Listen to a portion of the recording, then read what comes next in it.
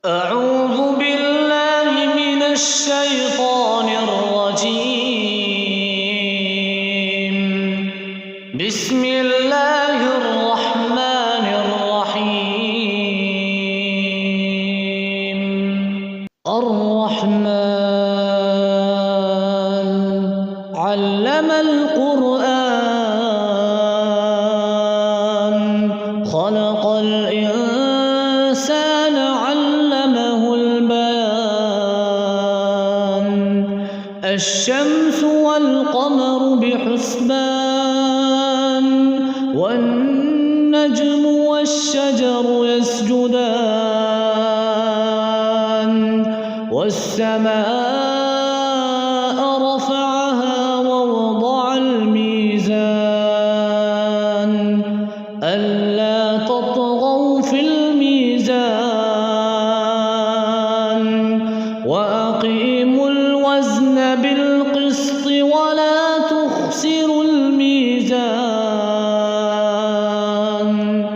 والأرض وضعها للأنام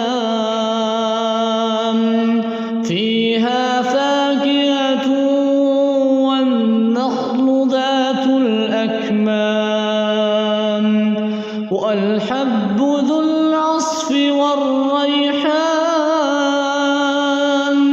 فبأي آلاء ربكما تكذبان.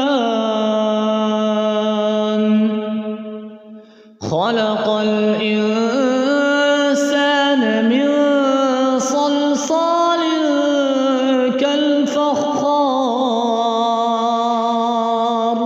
وخلق الجان من مارج من نار. فبأي آلاء ربكما تكذبان. رب المشرقين ورب المغربين. فبأي آلاء ربكما تكذبان. مرج البحرين يلتقيان بينهما برزخ لا يبغيان.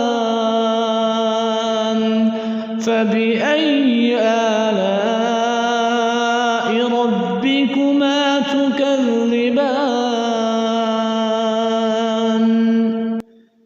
يخرج منهما اللؤلؤ والمرجان. فبأي آلاء ربكما تكذبان. وله الجوار المنشآت في البحر كالأعلام. فبأي آلاء ربكما تكذبان. كل من عليها فان ويبقى وجه ربك ذو الجلال والإكرام. فبأي آلاء ربكما تكذبان. يسأله من في السماوات والأرض كل يوم هو في شأن. فبأي آلاء ربكما تكذبان. سنفرغ لكم أيها الثقلان. فبأي آلاء ربكما تكذبان. يا معشر الجن والإنس إن استطعتم أن تنفذوا من أقطار السماوات والأرض فانفذوا. لا تنفذون إلا بسلطان. فبأي آلاء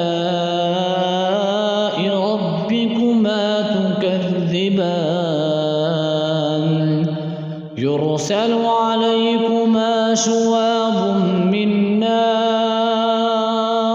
ونحاس فلا تنتصران فبأي آلاء ربكما تكذبان فإذا انشقت السماء فكانت وردة كالدهان فبأي آلاء ربكما تكذبان فيومئذ لا يسأل عن ذنبه إنس ولا جان فبأي آلاء ربكما تكذبان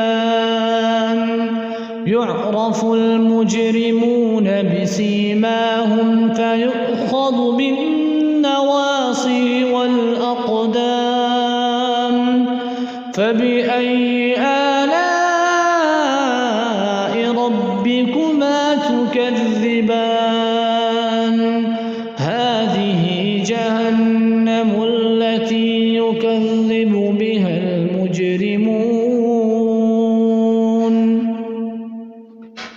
يطوفون بينها وبين حميم آن فبأي آلاء ربكما تكذبان ولمن خاف مقام ربه جنتان فبأي آلاء ربكما تكذبان ذواتا أفنان فبأي آلاء ربكما تكذبان فيهما عينان تجريان فبأي آلاء ربكما تكذبان